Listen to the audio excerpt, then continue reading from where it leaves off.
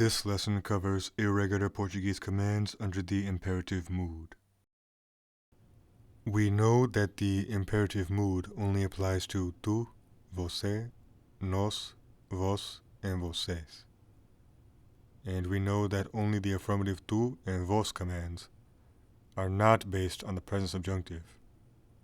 Affirmative tu commands are based on the third person singular present tense form, and affirmative vós commands remove the s from their respective present tense forms. For command forms under the imperative mood, any irregularities for affirmative tu and vós commands will be identical to any irregularities that they have in the present tense, but with the s removed for vós commands. And any irregularities for all other commands will be based on the same irregularities that they have in the present subjunctive. These are some affirmative tu commands who are irregular in their third-person singular present tense forms.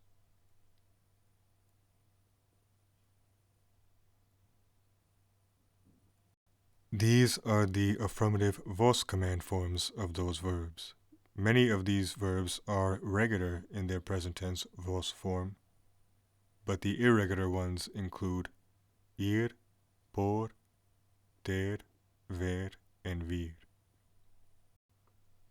All other affirmative commands and all negative commands will simply follow the same irregularities that they have in the present subjunctive.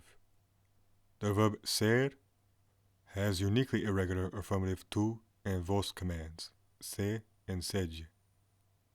These are not based on the present tense forms, but it will still follow the present subjunctive irregularities in all other commands. And that is a quick summary of irregular Portuguese verb commands under the imperative mood. I again apologize for any mispronunciations I may have, as I am not a Portuguese speaker. As I always say, if you could please do me a favor and share this video series with your friends and teachers, I would very much appreciate that. And that is all for now, so until next time.